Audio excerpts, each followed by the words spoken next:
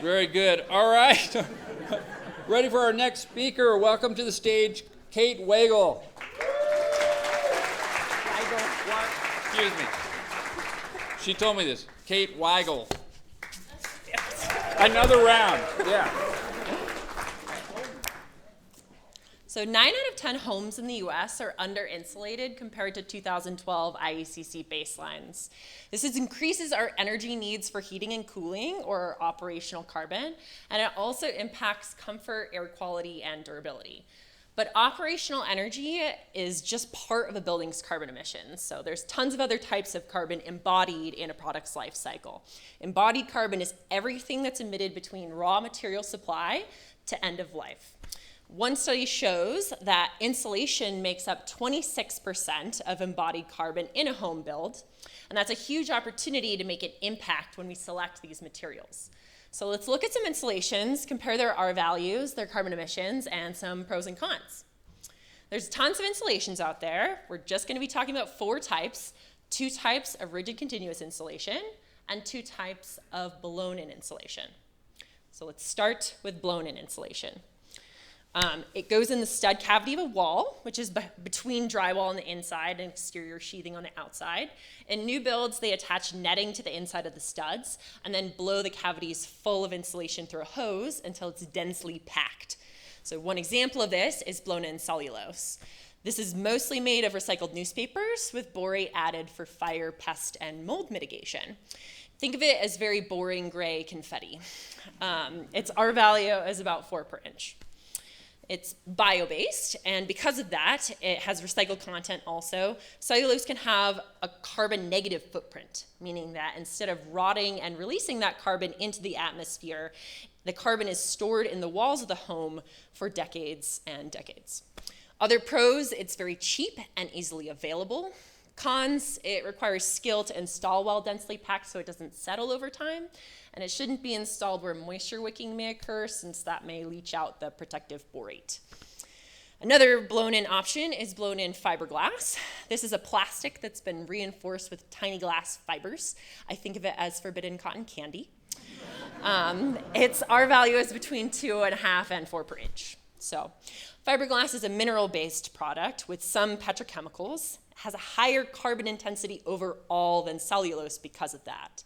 But different brands may use recycled glass from the auto industry, which melts at lower temps than regular glass, reducing their carbon footprint. Pros of fiberglass: it may offer more protection against mold and mildew in moist spots. Cons: it's super itchy and irritating for the installer's skin, eyes, and lungs. And sometimes it has formaldehyde, which is not great for indoor air quality. Moving on to our other category, rigid exterior insulation is applied continuously to the outside of a building. It reduces thermal bridging, which is heat loss through conductive materials, and then it can also provide some air sealing. So XPS, or extruded polystyrene, is a rigid exterior option made with a chemical blowing agent and styrene. It's R5 per inch, and it's a little like an old crusty marshmallow. It's foamed up, pushed through a die, and cooled into blocks, but many brands use HFCs, or hydrofluorocarbons, to foam up their XPS, and HFCs have a global warming potential 1,300 times higher than CO2. They also deplete the ozone layer. So a pro of XPS, though, it has high compressive strength. Cons: it's flammable and the smoke is highly toxic. It can be recycled, but not here. And as the blowing agents diffuse out over time, the R value will actually drop. So our final option is EPS, or expanded polystyrene. It's made of expanded plastic beads that form an open cell foam. It's 98% air. If Rice Krispie treats were an insulation, they would be EPS. Its R value is around 4. And because EPS uses pentane instead of HFCs as a blowing agent, the carbon impacts are significantly lower than XPS.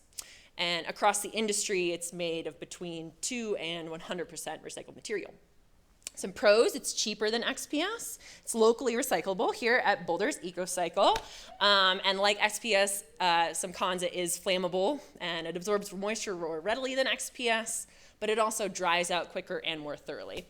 So here's how much CO2 equivalent is emitted for each 100 square meters of a home by material. By making this simple switch from XPS to EPS, we basically save a year's worth of one passenger car's emissions for about every 1,000 square feet of house. And on the rest of the graphic, there are tons more options for these one-to-one switches. So choose cellulose instead of fiberglass, choose hemp bats or wool bats instead of mineral-based bats, and choose wisely based on both operational and embodied carbon. Thanks.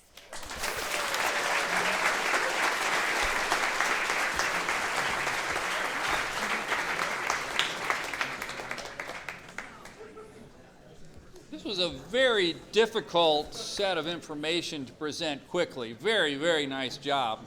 You went right through it. So I'm not without my questions, though. So if you were stuck and you had to eat insulation, which one would you choose to eat? Of the four or of all of them? All of them. Straw. No, okay, then I'm going with the other ones that weren't straw. Cotton candy, marshmallow. Is it mellow or mallow? I think it's mallow. I don't know why, It's but the plant. It's based on the plant. got it. Or a Rice Krispie treat. Which would you choose? Oh, I guess the Rice Krispie treat. Probably. Sounds good. One has formaldehyde in it? Fiberglass can, not all, but many. Yeah, and you didn't talk about the hemp? I know, I wanted to sneak that in. Yeah, so I'll talk about it. I mentioned it at the end. You would think it would have a really, really high insulation rate.